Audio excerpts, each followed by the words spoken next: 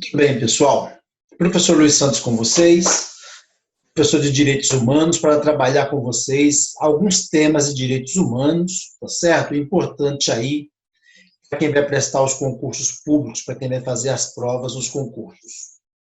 Na verdade, o tema direitos humanos é o tema utilizado no direito internacional, né? A gente costuma dizer, no âmbito externo, portanto internacional, são os direitos humanos, aqueles que protegem os direitos inerentes à pessoa humana, sua dignidade, sua liberdade, aqueles direitos fundamentais.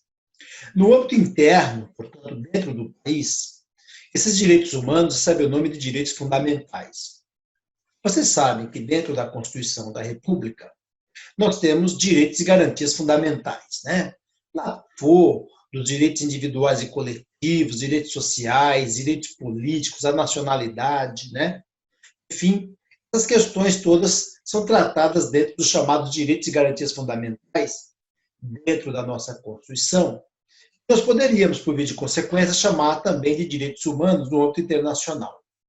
Nós vamos depois observar aí no decorrer dos nossos blocos de aula, que no tocante à terminologia, nós podemos chamar assim, né? Direitos humanos, direitos fundamentais, depende. No âmbito internacional, direitos humanos. No âmbito interno, direitos fundamentais.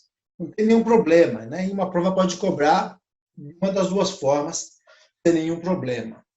Então, a gente vai, nesse bloco inaugural, aprender o conceito de direitos humanos, né? Algumas matrizes filosóficas também necessárias para a boa compreensão desse conceito.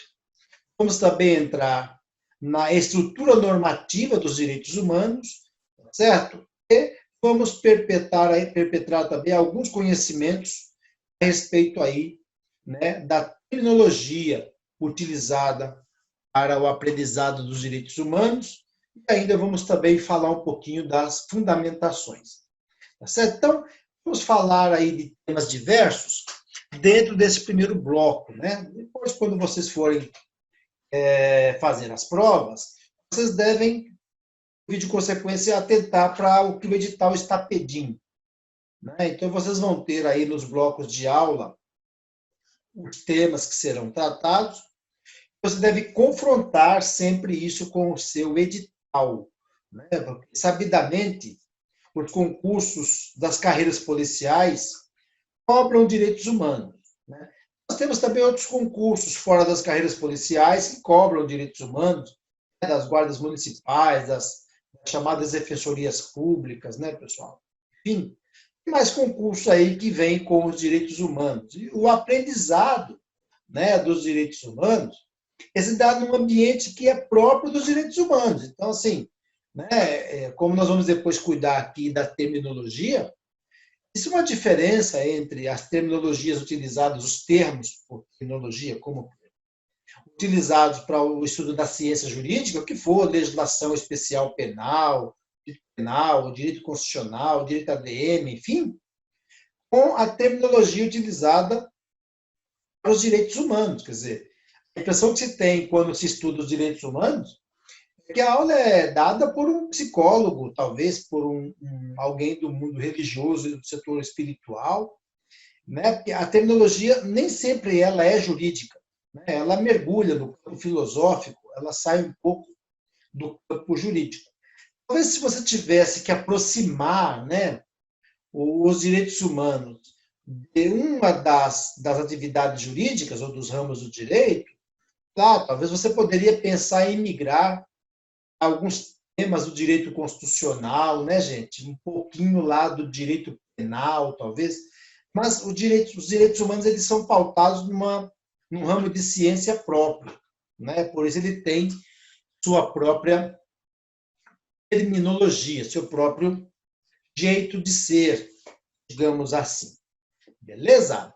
Então tá aí, feita essa primeira apresentação, nós vamos começar agora, né, entrar aqui em alguns temas que são próprios, certo, pessoal? Alguns temas que são próprios já da matéria de direitos humanos, né? Vocês vão ver no decorrer aí das nossas explicações quais são esses temas, tá bom?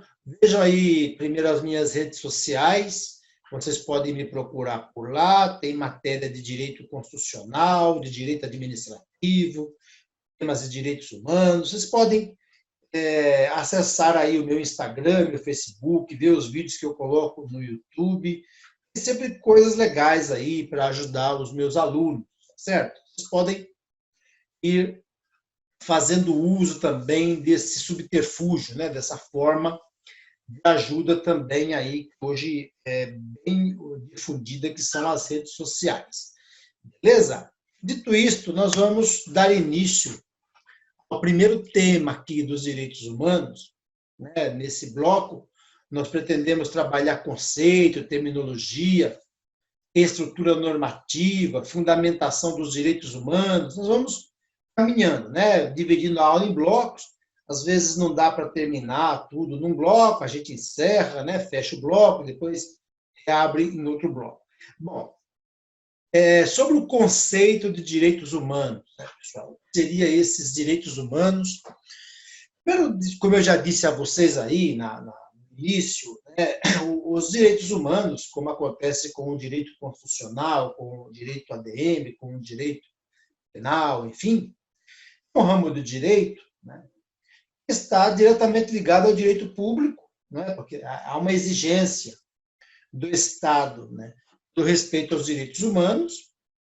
Nas lições do professor André de Carvalho Ramos, os direitos humanos, na verdade, é um conjunto de direitos, porque você vai ter convenções internacionais, você terá tratados internacionais, você terá atos normativos de ordem internacional, você terá a Constituição do país, você terá legislação, e você tem toda uma estrutura normativa nesse sentido e ainda tem a interpretação que será feita aí dos direitos humanos também. Então, é necessário fazer uma boa avaliação no sentido de que os direitos humanos, pessoal, é um conjunto de direitos, tá certo? Indispensável para a vida humana, pautada em algumas pilastras, certo? Seja a igualdade das pessoas, no sentido mais largo, né, mais amplo,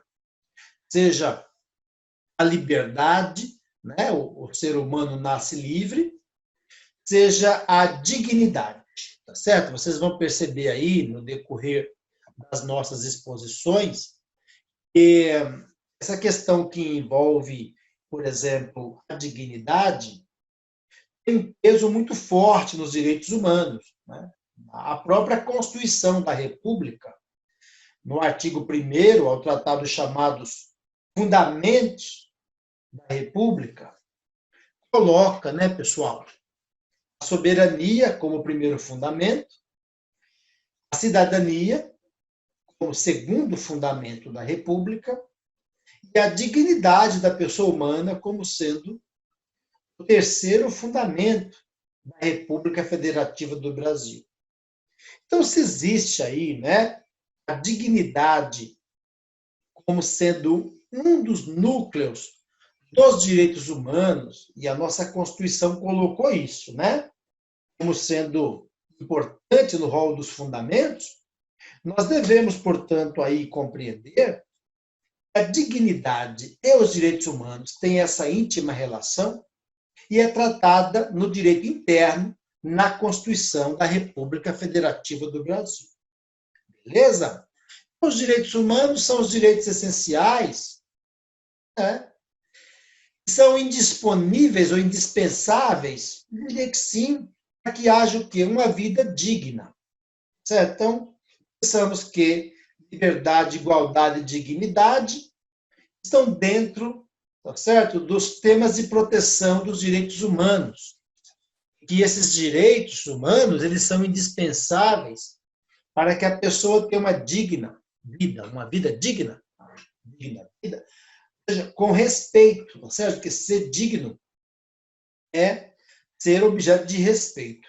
Beleza? Bom, eu coloco aqui para vocês aí, né, vocês depois também terão acesso a esse material, para um bom entendimento sobre a vida digna, é necessário fazermos uma pergunta. O que é dignidade, né, pessoal? O que seria a dignidade? Então, nós não vamos poder responder aqui o que é a dignidade com palavras soltas. Vamos pegar um crivo filosófico aí de alguém que tem, né, digamos assim, dignidade para dizer o que é isso, né? Então, para Kant, né, lá, tudo tem um preço. Tá? Kant falando, né? Tudo tem um preço. Uma dignidade. Aquilo que tem um preço é substituível, tem uma equivalência, né? Você pode trocar uma coisa por outra. Já aquilo que não admite essa equivalência, que não admite equivalente, possui uma dignidade, porque eu não posso trocar. Aí eu trago a conclusão. As coisas possuem preço.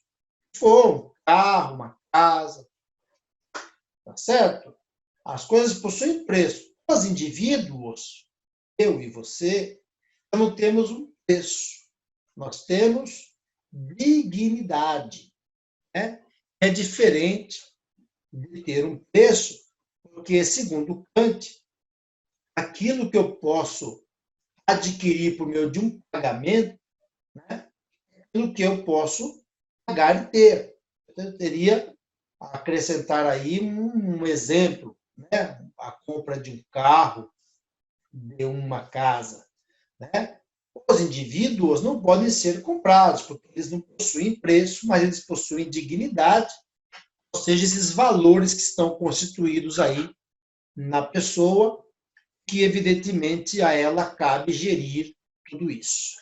Certo? Então esse seria aí o conceito que nós deveríamos, no primeiro momento, trazer à baila, certo? Trazer à tona.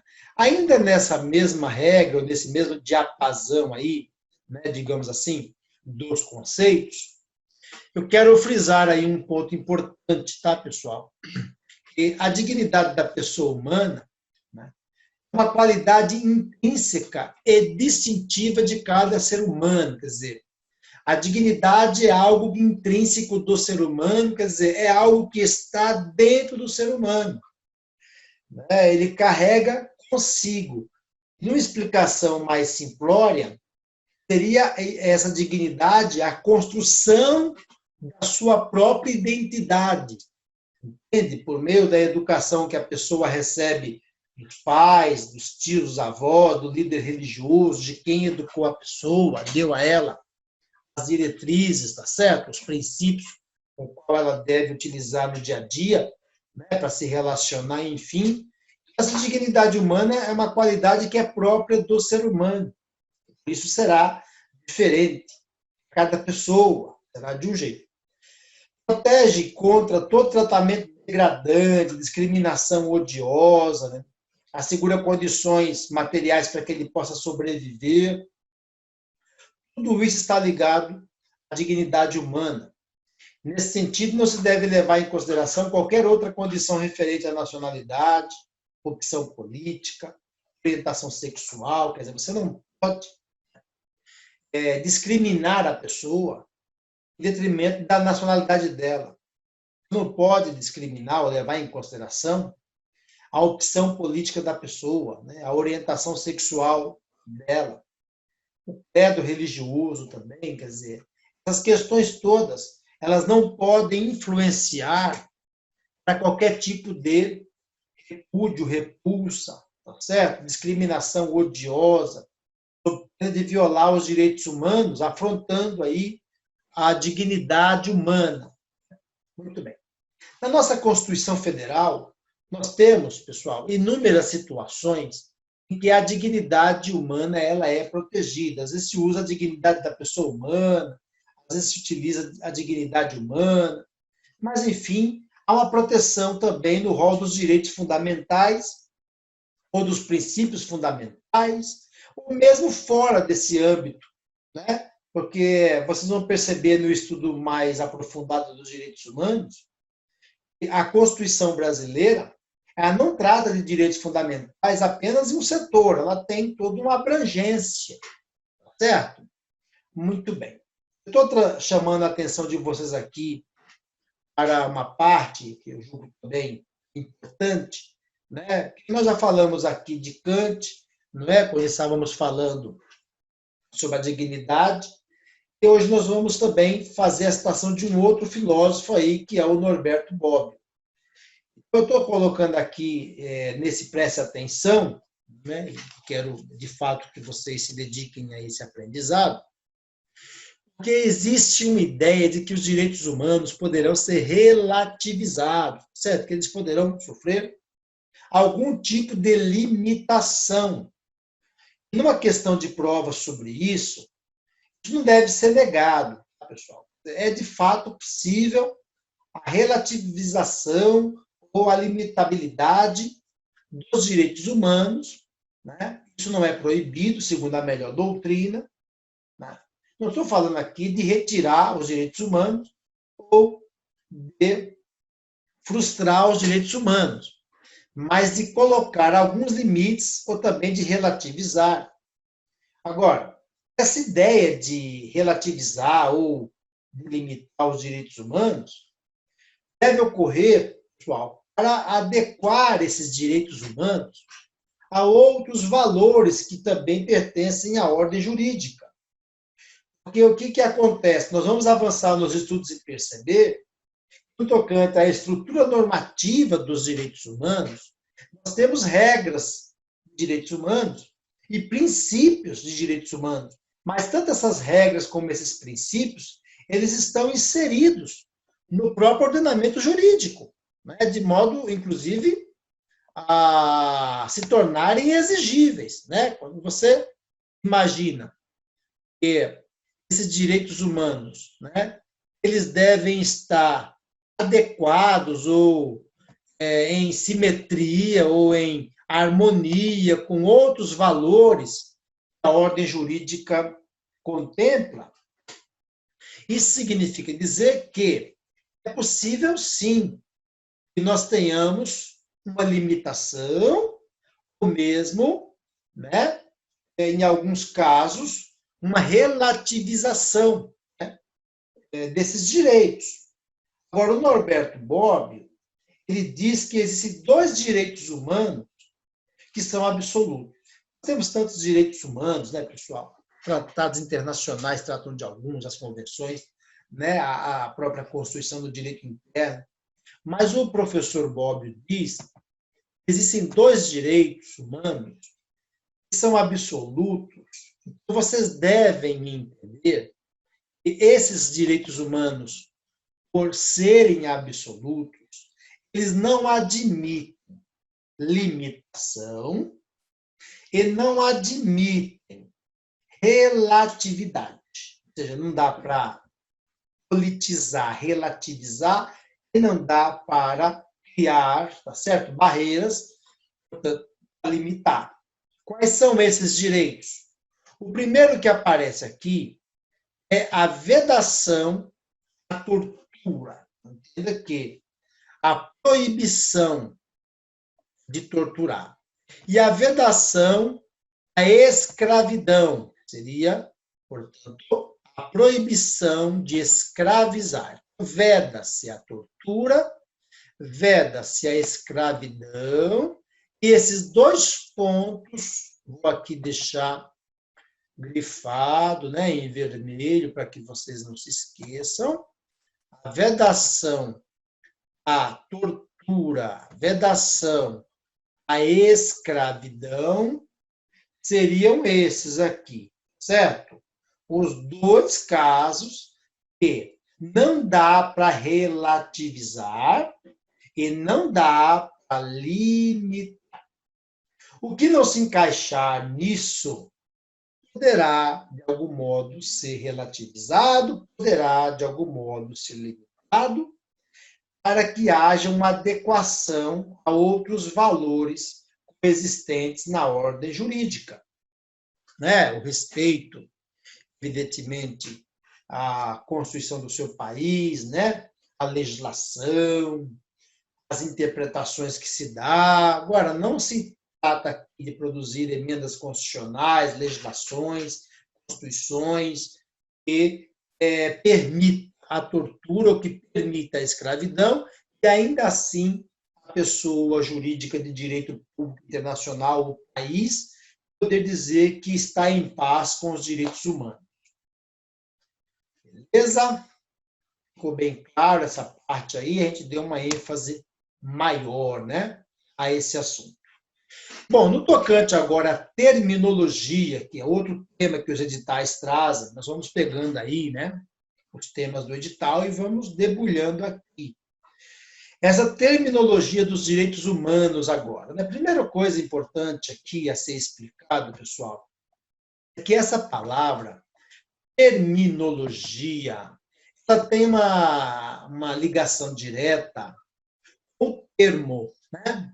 Ou seja, quais são os termos utilizados no aprendizado dos direitos humanos, né? Nos tratados internacionais, nas convenções internacionais, nos próprios diplomas internos, Constituição, emenda, lei, enfim, que guardam também a harmonia com os direitos humanos. Quer dizer, entenda que os termos empregados, os termos utilizados, seriam esses que nós vamos chamar aqui de terminologia. Então, eu coloco aqui para vocês que aponta para os direitos que estão positivados na ordem internacional. A gente vai usar o termo direitos humanos, vamos usar o termo direitos humanos para dizer assim, olha, está positivado, está em regra, norma internacional, certo? Ou seja, é assim que a gente dá o nome às regras jurídicas internacionais voltada para os direitos da pessoa humana. Nós vamos chamar assim, direitos humanos, certo? Estou fazendo aqui, professor, uma aula de direitos humanos? Sim, sim, e que nós vamos aprender a terminologia, não somente a terminologia utilizada pela ordem internacional, mas também, pessoal, a terminologia que deve ser utilizada na ordem interna, dentro do próprio país em que nós vivemos. Ah, professor, mas eu não posso chamar de direitos humanos aqui no Brasil? Pode também, tá certo? Não. Você pode também. Agora, para fazer prova, tecnicamente, quando o tema vem sobre terminologia, você tem que saber que a terminologia direitos humanos segue a ordem internacional. E a terminologia direitos fundamentais já segue a ordem nacional, a ordem interna. Então, terminologia direitos humanos aponta o que está positivado, o que está, portanto, nas normas da ordem internacional. O professor me diz o que é positivado, o que seria isso? É o direito escrito, é o direito posto. É que nós não chegamos ainda a estudar o jus naturalista, certo? E os positivistas. Nós chegaremos lá, tá certo? Já vamos avançar nesse sentido. Bom, um tratamento diferente daqueles direitos positivados no ordenamento jurídico interno. No ordenamento jurídico interno, como eu já acabei de dizer, a terminologia, né, vai mudar um pouquinho. Né? Quando a gente busca na Constituição, nosso país mesmo, nós perceberemos que, em vários momentos, a expressão que aparece é direitos humanos quando estamos fazendo algum tipo de referência à ordem internacional. Quer dizer, professor, quando o artigo 4º da Constituição Federal lança os princípios que o Brasil adota para se relacionar no campo internacional, e aí vem lá, independência nacional, prevalência dos direitos humanos. Tá, mas então está na Constituição do Brasil. Uhum. que é o direito interno. Uhum. Então, por que está usando direitos humanos? É porque existe a possibilidade da Constituição do Brasil colocar em seu corpo, portanto, no artigo 4º, por exemplo, que o Brasil, ao se relacionar no campo internacional, deve primar, você deve considerar, primeiro, antes de mais nada, os direitos humanos. Tá, professor, não poderia colocar os direitos fundamentais? Não só poderia, como em alguns setores vai colocar direitos fundamentais. Mas vai colocar direitos fundamentais quando não estiver em tese se relacionando na ordem internacional. Como o artigo 4º da Constituição está fazendo uma relação aí, tá certo? Como é que o Brasil vai se relacionar com os demais países do mundo, então utilizou aqui, né, prevalência dos direitos humanos. Você pode abrir a sua Constituição, e eu até recomendo que faça isso, e dê uma olhadinha aí no artigo 4º, vá caminhando na leitura, chegue no inciso 2 e veja o que eu estou contando para vocês. Beleza, pessoal? Então, resumindo aí, apesar das divergências que a doutrina possa ter, para as provas nos concursos, você tem que levar em conta o seguinte, né, que é o que de fato aqui nos interessa, né? Nas provas concursais, quer dizer, nas provas de concurso, você tem que lembrar o seguinte, ó, a terminologia, que é nosso assunto, tá, pessoal? A terminologia direitos humanos serve para definir os direitos estabelecidos pelo direito internacional, seja lá o que for, tratados, convenções internacionais, tá certo? Não? Agora, a expressão, né? Agora, a expressão direitos fundamentais delimita os direitos que já estão reconhecidos e, portanto, escritos, positivados, portanto, pelo direito constitucional no Estado específico. Por exemplo, o Brasil. Certo? Então, a inteligência aqui, só para que fique muito claro e que não haja nenhuma dúvida, é a seguinte: direitos humanos nós vamos utilizar no direito internacional, é chamado de direito externo, e não importa onde eu estiver, né, pessoal, na Noruega, na Dinamarca, na Inglaterra, na Argentina, não importa onde eu estiver, se é fora do Brasil, eu devo fazer referência ao termo direitos humanos. Se eu estiver dentro do Brasil e, portanto, tratando da própria Constituição da República Federativa do Brasil, né, eu vou ver se está escrito, portanto, está positivado, o direito positivo, entenda, é o direito que está na norma escrita, né? O direito constitucional vai tratar no rol dos direitos fundamentais. Então, vamos compreender muito bem para que não haja erro na prova. Quando vocês estiverem lendo a Constituição Federal e encontrarem direitos fundamentais dentro da Constituição, faça a leitura de que esses direitos fundamentais são direitos humanos. Ah, professor, então, o artigo 5º da Constituição Federal, quando diz assim, todos são iguais perante a lei, sem distinção de qualquer natureza, garantindo-se aos brasileiros e aos estrangeiros residentes no país a inviolabilidade do direito à vida, à liberdade, à igualdade, à segurança e à propriedade nos seguintes termos. O artigo 5º, sabidamente, abre o rol dos direitos e garantias fundamentais. Eu devo entender aqueles direitos do artigo 5º que for a liberdade, a propriedade, a vida, a igualdade. Isso são direitos fundamentais e, portanto, são direitos humanos? Exatamente. E vocês sabem, pessoal, os direitos humanos, ou os chamados direitos fundamentais dentro da Carta Constitucional, eles não são exauridos, não acabam ali pelo artigo 5º, eles vão caminhando da Constituição afora. Tudo bem, sem nenhum problema.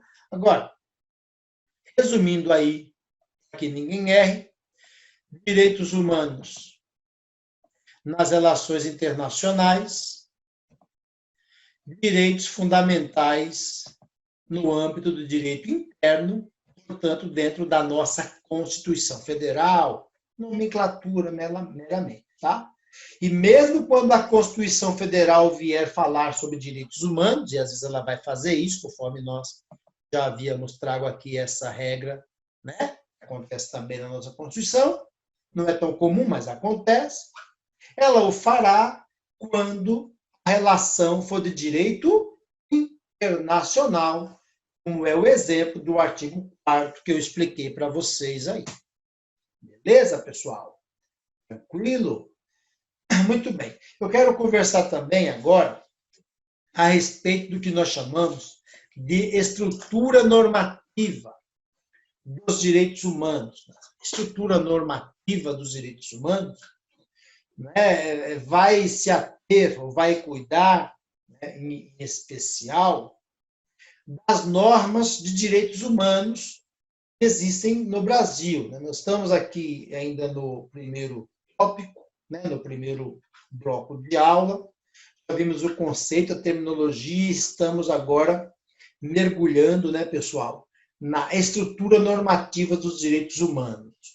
Primeiro eu quero lembrar a vocês que os direitos humanos, eles possuem algumas regras e também alguns princípios que serão, portanto, essas regras e esses princípios que irão compor a estrutura normativa dos direitos humanos. Professor, me diz melhor o que seria essa estrutura normativa. Entenda que são as normas que vão, evidentemente, exercer alguma regência sobre os direitos humanos. Então, pessoal, das duas, uma. Ou os direitos humanos vão se apoiar numa regra, for, né, uma regra internacional, ou uma regra nacional mesmo, né, interna. Uma regra, entenda que uma regra é algo mais de natureza objetiva, né, de pouca ponderação, de natureza abstrata muito baixa. Ou os direitos humanos vai se apoiar em princípios, vai apoiar-se em princípios que têm uma natureza mais abrangente, mais abstrata, certo? Vem a otimizar a aplicação das regras, né? Porque quando você fala assim, olha, são dois tópicos apenas, regras e princípios, né? Seria, portanto, isso que vai compor a estrutura normativa dos direitos humanos. Você vem e pensa comigo aí, já nesse comecinho da matéria, e diz assim, professor, nossa, eu imaginava que os direitos humanos era algo muito mais abrangente, né? Tinha muito mais coisa. Filho, o problema aqui é o seguinte, né? Quando você diz regras, né? Aqui nós estamos falando em quantas mil regras, né? Quando você está falando aqui de princípio, o princípio é algo que tem uma abrangência gigante, né? Então, assim, estrutura normativa são regras e princípios. Tranquilo? Tranquilo, pessoal? Ou seja, a estrutura normativa dos direitos humanos ela é aberta. Ou seja, você tem regras e vai saber aqui agora quantas regras são. São muitas. Ou você tem princípios, também são muitos e tem muita abrangência. Né? Quando você diz, por exemplo, assim, ó, o princípio da dignidade da pessoa humana deve ser respeitado nos direitos humanos. O princípio da igualdade deve ser respeitado nos direitos humanos. O princípio da liberdade deve ser respeitado nos direitos humanos. Quer dizer, vocês imaginem a partir desses princípios quantas coisas poderão, né, ser colocadas nesse leque. Né? Então, o efeito de prova, a estrutura normativa é composta de regras e também de princípios. Então, eu coloco para vocês aqui no quadrinho que as regras são enunciados jurídicos, portanto, essas regras seria você entender que tem um caráter muito mais objetivo, porque são enunciados jurídicos tradicionais, né? Digamos assim, que compõem a regra. Quando você tem lá, por exemplo, no artigo 5º, que abre o rol dos direitos fundamentais na Constituição do Brasil, todos são iguais perante a lei, sem distinção de qualquer natureza, para garantir a brasileiro e a estrangeiro permanente que tem residência no Brasil o direito à vida, isso é uma regra. Né? Uma regra escrita, um enunciado jurídico tradicional, né? E, evidentemente, vai exigir uma situação real para ser aplicada. Quer dizer, o estrangeiro que estiver no Brasil, ele também recebe proteção, por conta de uma regra que existe, que é de proteger o direito do estrangeiro que está no Brasil. Certo ou não? É lógico que isso não é só para a Constituição, isso vale também para as leis, para as demais normas, que também são enunciados jurídicos tradicionais. Né? Você pega, por exemplo, lá o direito de propriedade, né? E no artigo 5º você tem o que mesmo na ordem lá? Vida, liberdade, igualdade, segurança e propriedade. Eu dou aqui um exemplo para vocês. Ó. Se alguém violar o direito de propriedade de outrem, isso é um fato, né? Uma coisa real, fatídica. Se alguém violar o direito de propriedade de outrem, ficará responsável pela reparação de eventuais danos? Sim. Esse ato de reparar o eventual dano causado é ou não é a consequência jurídica? Decorre da violação da regra. Professor, se uma pessoa, por exemplo, viola o direito de imagem da outra, o que está acontecendo aí muito, por ocasião das redes sociais, né, pessoal? Uso indevido da imagem, etc. Poderia também ser obrigado a reparar eventual dano à imagem? Lógico. É a consequência jurídica? Sim, que a violação da regra tem uma consequência jurídica. Agora, veja o que são os princípios. Estão colocados aí um pouquinho mais abaixo. Olha lá, os princípios devem ser compreendidos como uma espécie de guia para que haja interpretação da norma, né, pessoal? Que dê um norte ao intérprete. O guia é o princípio, certo? Eles funcionam como esses mandados de otimização. Ou seja, eu, de posse do princípio, eu vou aplicar melhor a regra. Eu, de posse do princípio, vou aplicar melhor a regra. Eu tenho, evidentemente, a regra, que é esse enunciado jurídico tradicional, e no momento de interpretar essa regra, interpretar a lei, a Constituição, o tratado, o que for, eu posso fazer uso do princípio para a otimização dessa regra. Vamos pensar melhor. Imagine vocês que uma determinada lei permita a prisão de alguém antes mesmo do trânsito julgado da sentença penal condenatória. Okay? Mas quando nós vamos avaliar o princípio da presunção de inocência, sopesando esse princípio, o Supremo Tribunal Federal já decidiu, recentemente, em 2019, que ninguém vai iniciar o cumprimento da pena em razão de ter sido condenado em segunda instância. Professor, mas se houver outra razão para prender, na preventiva, por exemplo, tudo bem, vai ser preso preventivamente, mas não será preso em decorrência de ter sido condenado em segunda instância, porque o princípio da presunção de inocência otimizou, digamos assim, melhorou a aplicação da lei processual penal nesse caso. Tá bom. Eu tenho lá a lei do bafômetro, professor. Ok. a lei do bafômetro. Mas vamos imaginar que uma pessoa que está dirigindo lá o veículo se recuse a fazer o bafômetro, não quer fazer. As razões não vêm aqui ao caso, mas não quer fazer o bafômetro. Ele não quer soprar lá no bafômetro. Pelo princípio de que ninguém é obrigado a ter que produzir provas contra si mesmo na Convenção Internacional, né, pessoal, dos direitos, a Constituição Americana dos Direitos Humanos, no artigo 8º, ninguém se obriga a ter que produzir provas contra si mesmo. Quer dizer, você tem a regra, certo?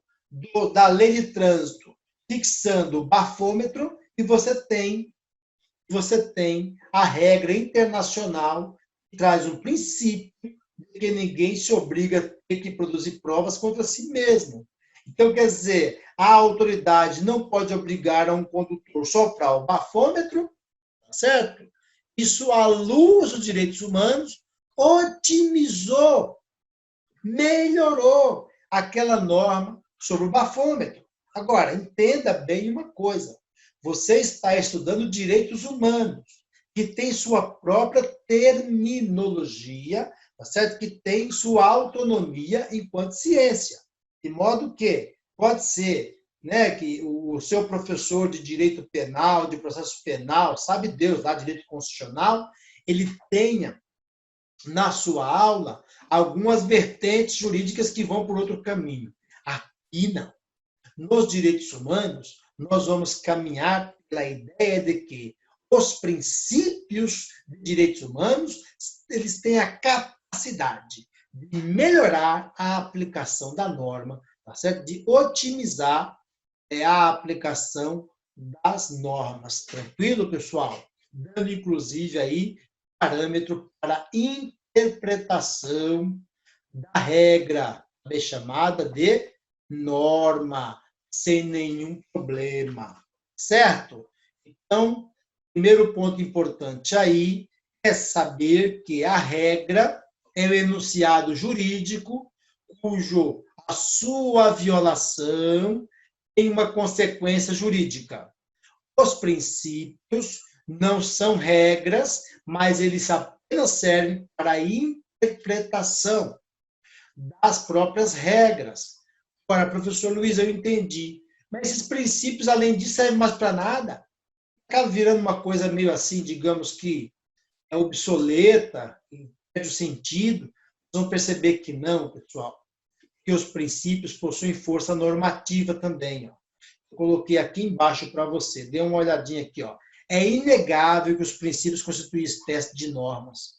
Ou seja, atualmente os princípios, eles são normas também. Então, eu coloquei para vocês começar na doutrina, a estrutura de norma, a estrutura normativa é composta por regra. A regra é uma norma? Resposta certa. E por princípios. O princípio também é uma norma? Resposta da prova. Certo. E os princípios, durante muitos anos, eles serviam tão somente para guiar a aplicação das regras. Atualmente, os princípios têm mais que essa serventia. Os princípios são normas e, evidentemente, por serem normas, também são exigíveis, possuem força normativa. Olha lá, atualmente, aqui embaixo, ó. Atualmente, olha lá, atualmente os princípios possuem força normativa. Isso quer dizer, então, que é possível o Poder Judiciário decidir algo com base nos princípios? É exatamente isso que eu estou dizendo. É possível que tribunais internacionais, enfim, decidam também com base em princípios? É isso mesmo que eu estou dizendo. Os princípios, certo? No chamado constitucionalismo pós-moderno, passou a ter força normativa. Quando você estuda, por exemplo, o princípio da presunção de inocência previsto na Constituição do Brasil, mas também esse princípio está acostado a tratados e convenções internacionais, né?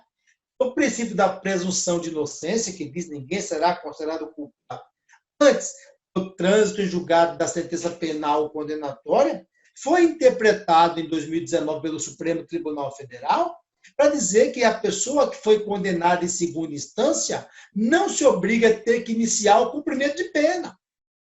Professor, e essa decisão do Supremo foi baseada no quê?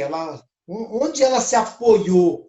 Ela se apoiou, meu filho, em um princípio, tá certo? Um princípio que está no direito interno, né, no rol dos direitos fundamentais, mas também está no direito internacional, no rol dos direitos humanos, o princípio constitucional da presunção de inocência, esses são direitos fundamentais, ou princípios internacionais de presunção de inocência. De sorte que aí vocês conseguem perceber com uma certa facilidade que é necessário a aplicação de princípios também, né, muitas vezes, para que haja uma decisão mais humana, mais justa, certo? Tudo isso aqui, né, pessoal, tratado no rol dos direitos humanos, que é a matéria que você está estudando aqui comigo, beleza? Muito bem. Vejamos aí as distinções conceituais entre as regras e também os princípios. Importante salientar, né, pessoal?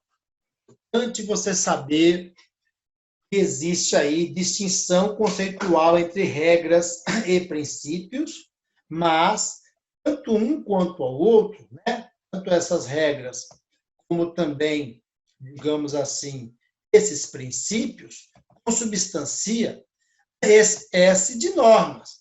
Né? Então, eu posso dizer assim, olha, esses princípios são normas, tal e qual essas regras são também normas, ou seja, compõem a estrutura normativa dos direitos humanos, tá certo? Compõem a estrutura normativa dos direitos humanos.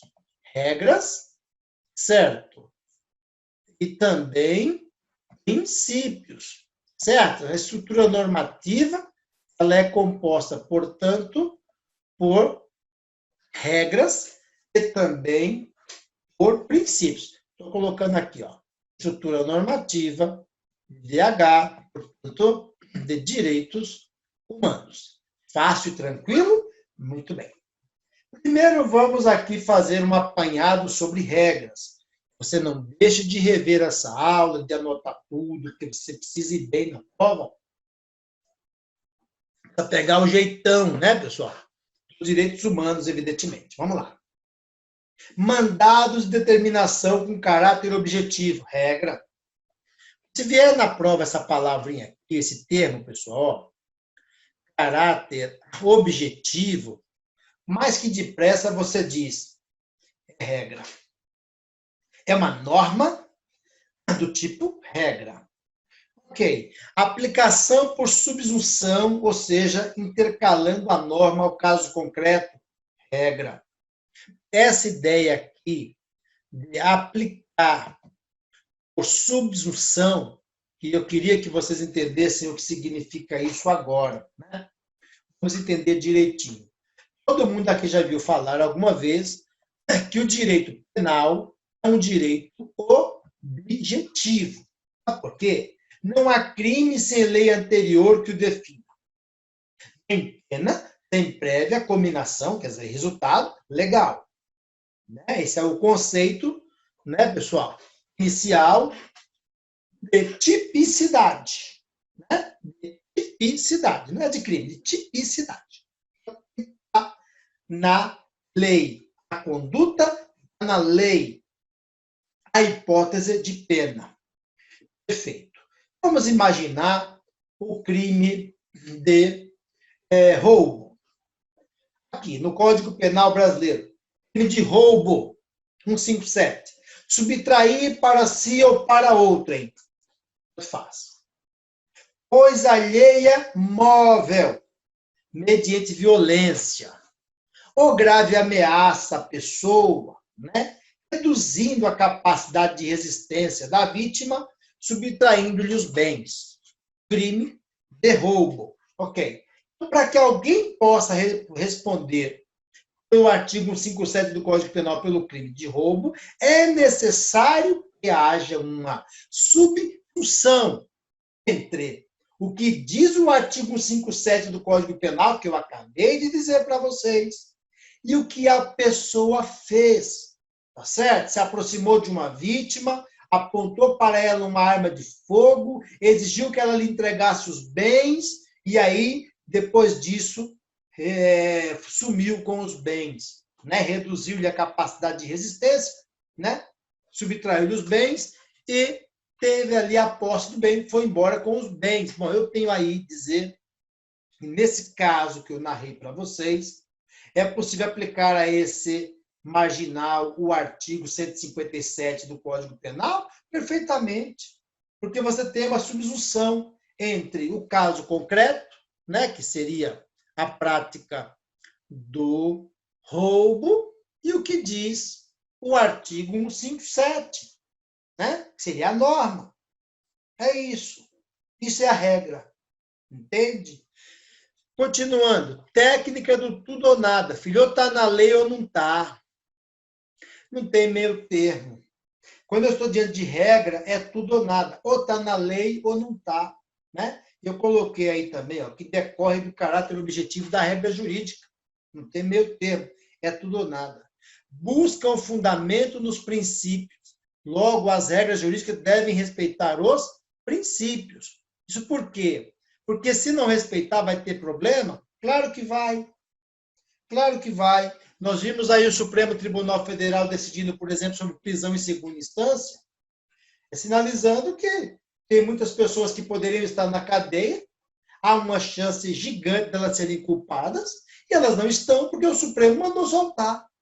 Aplicou o quê? Um princípio. Professor, mas nós não temos o Código Penal? Sim. Nós não temos a legislação esparsa penal? De monte. Nós não temos o Código de Processo Penal? Sim, também. Só essas regras que eu acabei de citar, quando avaliadas com o princípio da presunção de inocência, tá certo? Não encontraram fundamentos para manter a pessoa condenada em segunda instância presa, quando ela ainda tem uma última instância de justiça para ofertar recurso. Então, quer dizer, as regras, elas buscam se apoiar, buscam base, buscam fundamento nos princípios. E aí, nós temos mais a letra E. Possuem reduzido grau de abstração. Então, tudo isso aqui que eu estou explicando para vocês agora, pessoal, diz respeito às regras, certo? E essas regras, elas possuem um reduzido grau de abstração. Quer dizer, a regra, ela tem que ter o quê, professor Filho? Ela tem que ter caráter objetivo. E as coisas ganham caráter objetivo quando elas são menos abstratas. Tá, professor, isso é a regra. E o princípio? Já vou falar deles. Já vou chegar neles. Muito bem, então possuem reduzido grau de abstração, certo? Tem uma natureza mais real, mais concreta, mais objetiva. A aplicação direta e imediata, ou seja, não depende de interpretação. Isso também é uma característica de uma regra. Vamos imaginar a situação real, pessoal. Código de Processo Penal Brasileiro. Sentença criminal. Professor, a sentença criminal está no CPP? Tá. A pessoa vai ser sentenciada, tal. Vamos imaginar que foi condenada. Ela pode recorrer ou não? Claro, ampla defesa e contraditório. Princípio constitucional, ligado aos direitos humanos. Perfeito. Então pode, né, professor? Pode recorrer. Agora, esse recurso, pessoal, ele tem que ser apresentado num prazo. Né? Na esfera criminal, né, procedimento ordinário, comum, o réu condenado terá o prazo de 5 dias para apresentar seu recurso de apelação. Tá, professor, e aí? Filho, e aí? Que essa é a regra, essa é a lei, e não depende de interpretação. É 5 dias. Tá, mas vamos interpretar. Filho, não tem interpretação. É regra. Então, as características das regras é o caráter objetivo, é a subsunção da norma ao caso concreto, é a busca da fundamentação nos princípios, para não violar os princípios, é o reduzido grau de abstração e é a aplicação direta, que não depende de interpretação. Tá, professor, mas não pode se utilizar um princípio para melhor aplicar a regra? Isso aí, sem nenhum problema. Mas também, se não se adequar nenhum princípio àquela regra, aplica a regra e acabou. É que o princípio, ele vai otimizar a regra. Né? O princípio, ele vai otimizar a regra. Vai tornar a regra, digamos assim, melhor. Né? Vai tornar a regra melhor. Aí, beleza, de boa, sem nenhum problema. Tranquilo, pessoal? Bom, nós já temos os princípios para ver. Recomendo vocês continuarem assistindo aí a aula. Nós vamos depois abrir mais um bloco para falar a respeito disso, tá certo? Esse bloco encerra aqui. Né? Nós voltaremos depois com mais assuntos dentro da estrutura normativa dos direitos humanos. Portanto, né, nós vamos aqui tentando minimamente, digamos assim, equilibrar, né? Para que haja, portanto, forma de você também se organizar aí, né? Deixando sempre que possível a aula dentro de um parâmetro que você consiga, evidentemente, se organizar. Olá, seja muito bem-vindo ao Vencendo Concursos. Você acaba de assistir a uma das aulas, ou uma parte das muitas aulas que nós temos aqui no curso preparatório para a Guarda Civil Municipal da Praia Grande.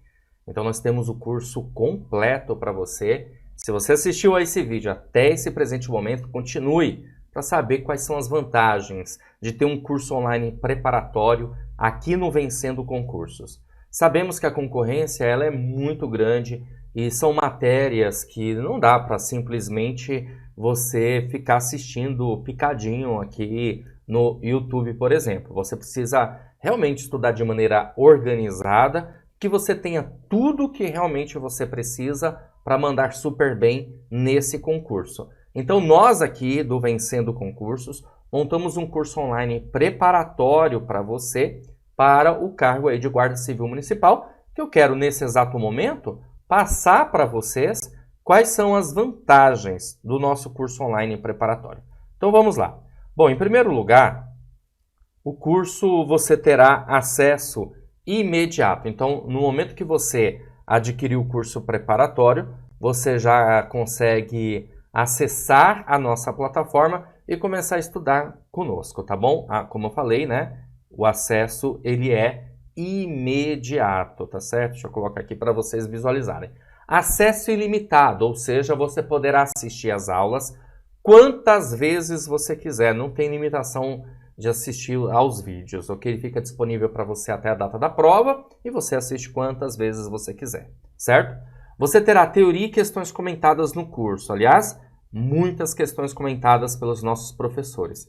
Então veja, pessoal, vocês terão as matérias básicas e também a parte de conhecimentos específicos que envolve legislação, Constituição Federal, Estatuto da Criança e do Adolescente, Direitos Humanos, Estatuto das Guardas Municipais, legislação da Guarda Municipal da Praia Grande. Então tudo que realmente você precisa para ser aprovado nesse concurso, incluindo direito penal também, que tem uma parte do edital que traz essa matéria, tudo bem? Então você vai ter teoria e questões comentadas, material em PDF, que são os slides aí que os nossos professores utilizam nas aulas. Como que você faz para adquirir esse curso preparatório? É super simples. Abaixo do vídeo, na barra de descrição ou na barra de comentários, vai ter um link.